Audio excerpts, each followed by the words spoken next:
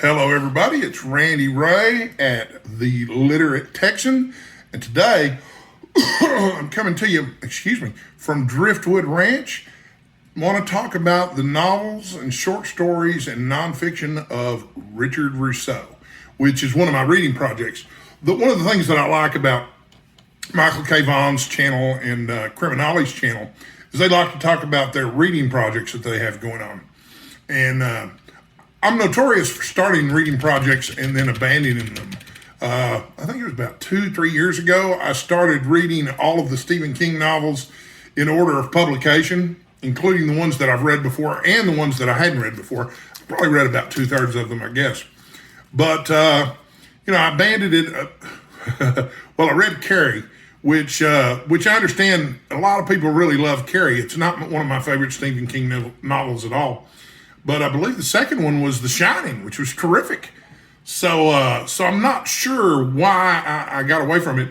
I know it was a nostalgia trip for me. I was buying copies of the book in used paperbacks because that's how I read them originally when during the late 80s and early 90s when I discovered Stephen King.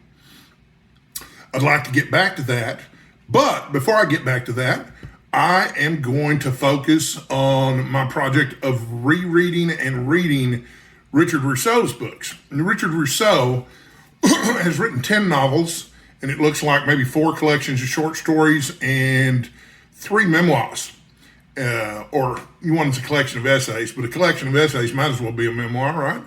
So, I started reading Richard Russo in the late 90s when I saw the movie Nobody's Fool starring Paul Newman. And I've got a copy of the book here. Nobody's Fool by Paul Newman, with Paul Newman, was a movie from 1994. It was directed by Robert Benton. Richard Russo was heavily involved in the adaptation.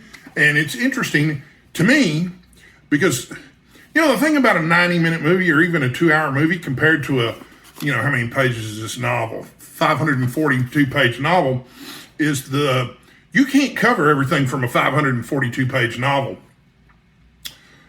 in a feature-length film. You just can't. So you have to leave out entire characters and entire storylines, which is exactly what the movie Nobody's Fool did.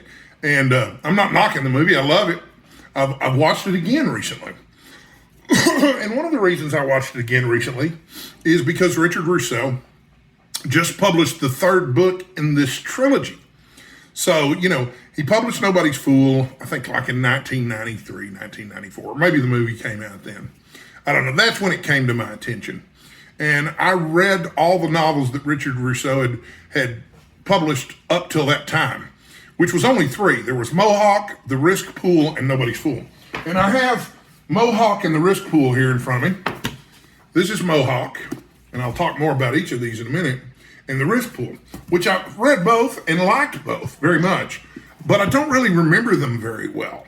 So I'm going to reread these as part of my Richard Russo project. But these 3 books, I read these in a hurry because I liked Nobody's Fool so much that I wanted to read more of him. And then, while I was still kind of into him, he published a novel called Straight Man, which is terrific. And it's kind of a departure from these other novels. It's about a college professor. Was recently made into a TV show called Lucky Hank, which was on AMC and stars Bob Odenkirk. And I thought that show was terrific too. I like academic novels. I like academic films, films that are set on college campuses. Even though, I'm not a professor or anything. I was a high school teacher for about 15 minutes. So those are the first 4 books in my Richard Russo collection, which is almost half the novels that he's written. But Nobody's Fool turned into a trilogy because the second book in that trilogy is called Everybody's Fool. And this is a picture of the cover here. I'm trying to keep the glare to a minimum. But the main character in Nobody's Fool is played by Paul Newman. He's Donald Sullivan. And the action rotates around him. And at one point in Nobody's Fool, and this is a spoiler, so if you don't want plot points from the novel Nobody's Fool spoiled for you, go watch something else because I'm fixing to tell you about it. There's a scene where a police officer in town, Officer Raymer, does not like Donald Sully, the main character, and they get into a little bit of a dispute because Sully's driving down the sidewalk in his truck. And Officer Raymer's trying to get him to stop, and he whips out his gun. And not only does he whip out his gun, but he accidentally fires it. And of course, he immediately claims that it was a warning shot, but they go in front of a judge. And nobody was hurt, luckily.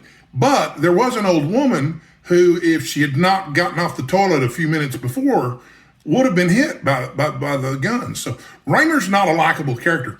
In the movie, he's played by Philip Seymour Hoffman, who was just, I don't know. A lot of times people get credit for being great actors, and it's a little undeserved maybe or something like that. But in Philip Seymour Hoffman's case, that was not true. He really was a terrific actor, and he died too soon. But Nobody's Fool was about Donald Sullivan. The next novel, Everybody's Fool, is about Officer Raymer. But Sullivan's still a character. Sully's still a character, but he's not as important a character as this police officer. And of course, it's an ensemble piece. Nobody's Fool is also an ensemble piece, but it's about these people who live in a small town called Bath in New York. And there is a big time gap between the two novels too. Not only, let's see, Nobody's Fool was published in 93. Everybody's Fool came out 23 years later in 2016. It was an unexpected sequel, let's just say. And then 7 years later, which is now, by the way, Russo came out with Somebody's Fool. And in this one, Raymer's still the main character. Now, there are some other plot lines involving some other major characters. But in Somebody's Fool, Officer Raymer I don't remember if he was the chief of police in Everybody's Fool or not, but yeah, he was the chief of police in Everybody's Fool. And then in Somebody's Fool, he's the former chief of police.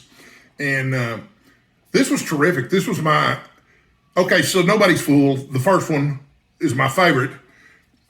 Everybody's Fool, the second book, was good, but this one was even better. And clearly, this one seems to be a setup for a fourth book in the series.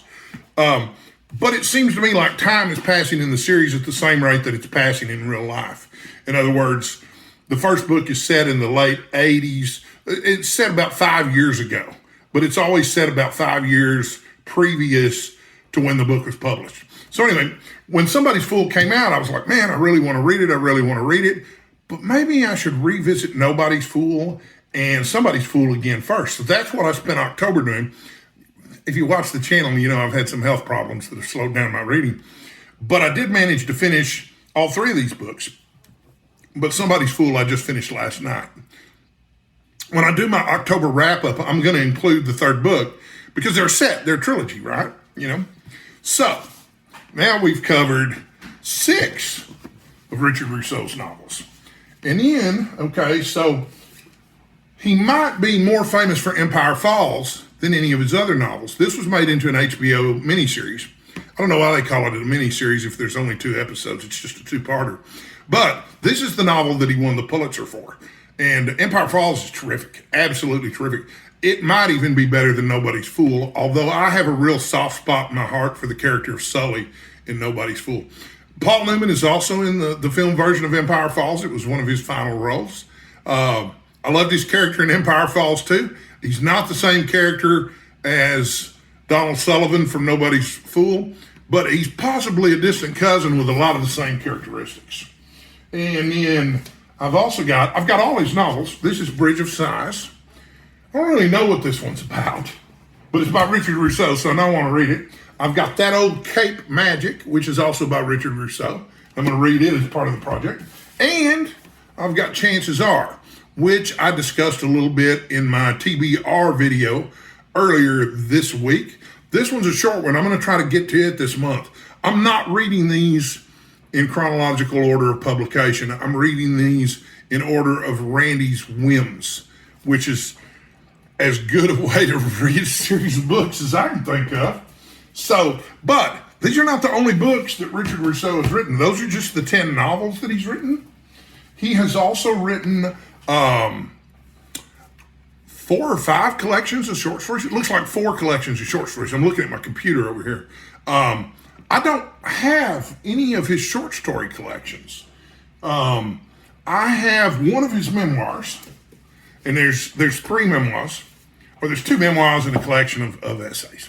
Elsewhere, a memoir, and I believe this is a memoir related to Rousseau's relationship with his mother. The back cover made it sound really good, so I'm really looking forward to reading it. And then I also have The Destiny Thief, which is essays on writing, writers, and life. And it's kind of a cool looking cover with well, it's got plenty of primary colors, right? It's got all 3 of them. So that is my latest project. And so I'm going to buy the short story collection soon because I'm not hampered by the Read What You Own challenge. I can buy them whenever the heck I want to. There's 4 collections of short stories, and there's one more collection. There's one more memoir. So there's 5 more books, and then I'll have the complete Richard Russo collection, which is kind of exciting. And I plan to read all of them. So total, that's 10, 14, 17 books. Who knows how long that'll take? Maybe a year, something like that. But if you like literary fiction, sort of like John Irving, for example, or Ann Tyler, you will probably enjoy Richard Russo's writing. He's very warm and has a lot of sympathy for the many flawed characters in the small towns he writes about. He also has a really great sense of humor that his characters often share in the books. There's a lot of introspection from his characters in the books. In fact, one of the things that I noticed when reading Somebody's Fool is that there are whole paragraphs that consist of nothing but the character asking himself questions. Well, if I'd done this, what would have happened? Well, is she thinking this? And if she was thinking this, why didn't she do that? So it was just a little quirk of his writing that I noticed in that novel, and it might be in many of his other books too. But I just wanted to let everybody know you're going to see a lot of Richard Russo on my to-be-read lists over the next few months. Good Lord willing, and the creek don't rise. Okay, so usually I read the back covers of a lot of these things, but this video is already 12 minutes long. I am going to read a couple of them, though. Okay, this is Straight Man back cover. In this uproarious new novel, Richard Russo performs his characteristic high-wire walk between hilarity and heartbreak. Rousseau's protagonist is William Henry Devereux Jr., what a name for a character, the reluctant chairman of the English department of a badly underfunded college in the Pennsylvania Rust Belt. Devereux's reluctance is partly rooted in his character. He is a born anarchist, and partly in the fact that his department is more savagely divided than the Balkans. In the course of a single week, Devereux will have his nose mangled by an angry colleague, imagine his wife is having an affair with his dean, wonder if a curvaceous adjunct is trying to seduce him with peach pits, and threaten to execute a goose on local television. All this while coming to terms with his philandering father, the dereliction of his youthful promise, and the ominous failure of certain vital body functions. In short, Straight Man is classic Rousseau, side-splitting and true to life, witty, compassionate, and impossible to put down. This would make a nice double feature with Stoner by John Williams, which is also an interesting novel, but not one that has much of a sense of humor. I like Stoner. I don't love it as much as, a lot of people who go on and on about what a great book it is, but I do like the novel, and I do find a lot of sympathy for the main character in the novel. So that's the back of it. I should probably read the back of Nobody's Fool, since this is my favorite and probably one of the biggest ones. The Pulitzer Prize-winning author of Empire Falls here gives us a moving, slyly funny novel that follows the unexpected operation of grace in a blue-collar town in upstate New York. Sully, one of North Bath's, that's the name of the town, unluckiest citizens, has been triumphantly doing the wrong thing for 50 years. Divorced from his own wife and carrying on half-heartedly with another man's, and that affair with the other man's wife is completely removed from the film version. Saddled with a bum knee and friends who make enemies redundant, Sully now has a new problem to cope with: a long estranged son who is in imminent danger of following in his father's footsteps. With smart, uproarious humor, I don't think it's uproarious, but it's chuckle-worthy, and a heart that embraces humanity's follies as well as its triumphs, and that's totally on point.